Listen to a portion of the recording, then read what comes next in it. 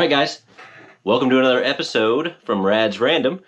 Today we're going to go through a print from a designer on MyMiniFactory.com.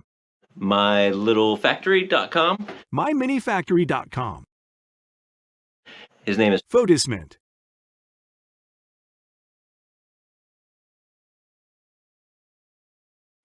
and he's got a lot of cool designs, a lot of out there designs. I found him because of a design that he probably isn't even well known for. MyMiniFactory.com. And I'm going to recap the last 8 episodes of Design With Me. I stumbled onto Photismint designs while on MyMiniFactory.com. I was looking for Nintendo Switch things to print. I noticed Mario in his raw NES pose. Of course, I hearted the file right away. Going into the file, I see that it is very straightforward, easy to print. It has an elegance in its simplicity. I like to be able to see value in what I am looking at, and this is value with very little time and material. Low-hanging fruit, if you will. It looks like Photismint has 135 objects to download, and upon further researching, it looks like this may be his only Nintendo thing to print. With that said, his objects to purchase are vast and highly detailed mythical creatures. Wow, this is really cool and crazy looking. Lots of neat things to check out. MyMiniFactory.com.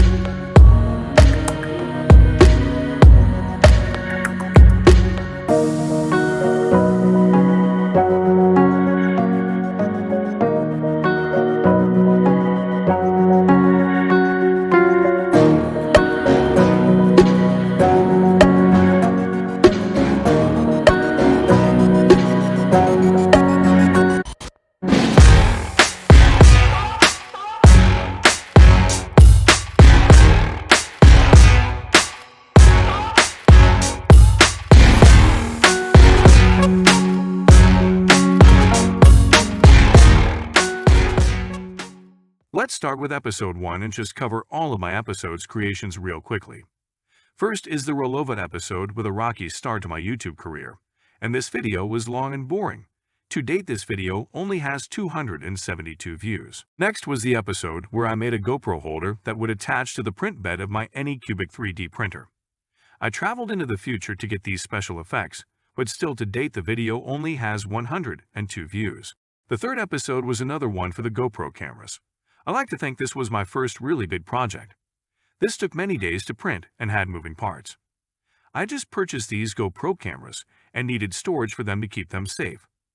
This is where I also realized that I need to make things that are over the top. This case came out great, and the video to date has 9.2 thousand views. Starting something. Episode 4 was one of my favorite to make. I got to water my garden and solve a problem that had been bothering me for years. The issue is that nobody knows what a ball catch is. 153 views. This flopped hard, but I pushed on, and looking back, it's all right, because we learned what not to do. Okay, so the long-lost episode number 5 was actually another one that solved a big problem I had, but the issue with this episode was both the content and the delivery. I wanted to make an episode that had me playing multiple characters. This was not executed very well, and the message was lost. I will try this again in future episodes, but for now, 0 stars, and would not recommend. This episode remains unlisted and banished to the silent corners of YouTube hell. Episode number 6 was where I think I started to get into a groove. This episode helped me lay out the framework of how my Design With Me episodes would flow. I would start with a kind of funny intro, my attempt at humor. I would then drift into how I sketch out my solutions on physical paper, just like the cavemen used to do. I form a very primitive bond to my prehistoric brethren. I hear cavemen also loved granola bars. This video also was my first to get over 1,000 views. It stands to date over 2,400 views. Something about YouTube and a game console. Episode 7 was another hit. This was the episode where I made a Nintendo Switch mount. Something like I did for the Xbox in the last episode. It was the first time I used other real actors. I can't tell you how many takes it took Switchy to get the walkout scene done. This was also the first appearance of an evil villain, the Oculus Quest. I continued with my video template of sketched to CAD to print to final outro, and then conclusion. I don't know if it is the shots of me looking so amazing or if it's the Nintendo name, but this video is one of the best I have done. It currently has over 41,000 views and has brought in over 500 subscribers. Episode 8 was also a big hit. I think this one was my favorite design. It was one that did not take all week to print, but it also had such a great appeal to it. I mean, it is an excessive box that holds your precious cargo, your Xbox controller. It matches the Xbox mount we made. I mean, holy poops, it just looks and functions beautifully. I have had to turn away Xbox from buying the rights to the design because for me it's more about making things accessible to the people. That is why all my designs are free to download and print on your own. See links in the details below. No amount of money, $1 million, would get me to sell this design to Microsoft.